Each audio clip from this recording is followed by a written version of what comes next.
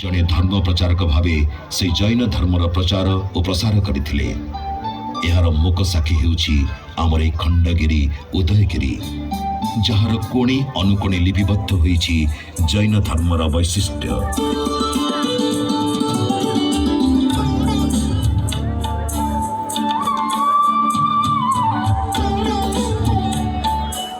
आम ऐतिह्य आम कीर्तिराजी ओडिशा को करिछि गौरवान्वित।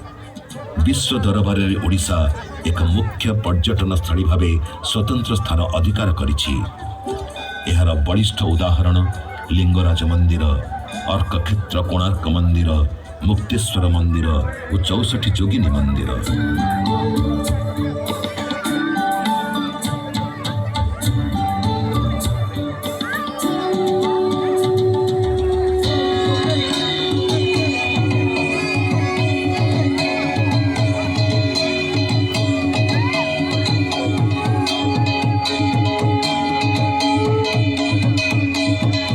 जगतर नाथ जगन्नाथ सबु ओडियानकर आराध्य देवता, जहांक पई ए श्रीक्षेत्र पलटि जाइछि एक पुण्य भूमि। से पुण्य भूमि अवस्थित आमर ए जगन्नाथ मंदिर।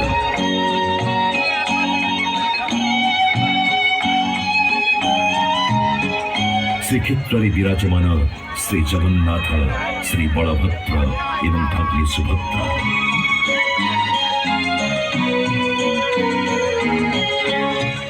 ओडिया पुअर हृदय रही ठाकुर सारा विश्व विदित। सेतिपाई कोटी कोटी भक्तंकर समागम हुए एमिति एक यात्रा रे, जहा विश्वर एक बड़ यात्रा, रथ यात्रा।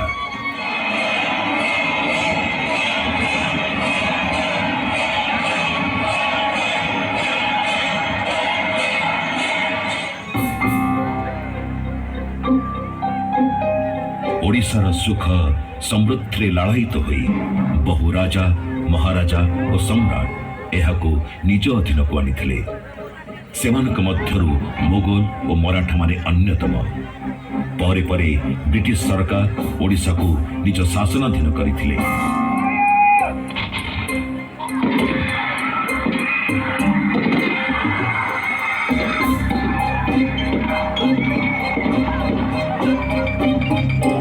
किंतु निष्ठुर ब्रिटिश मानक शासन अतिष्ठ थिला एई ओडिया पुओ। तेणु से आरंभ कला ब्रिटिश सरकार विरुद्ध रे भीषण विद्रोह, जहा पाइक विद्रोह नाम ख्यात। एई विद्रोहर नेतृत्व नैथिले ओडिया वीर बक्सी जगबंधु। एई विद्रोह रे अनेक पाइक शहीद होइगले सत, किंतु शेषरे ओडिया पाइक मानकर वीरत्व और साहस आगरे ब्रिटिश सरकार मुंड नुया पई बाध्य हला।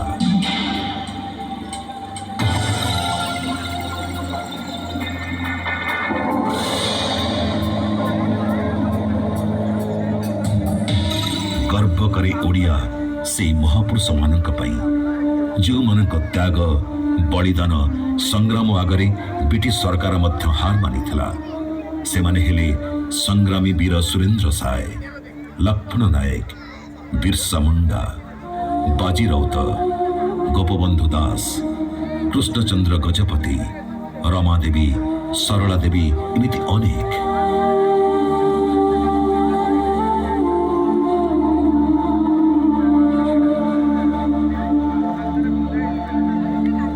उन्नीस 1936 मसीहा एप्रिल 1 तारिख आम पई आनीदेला एक स्वतंत्र परिचय।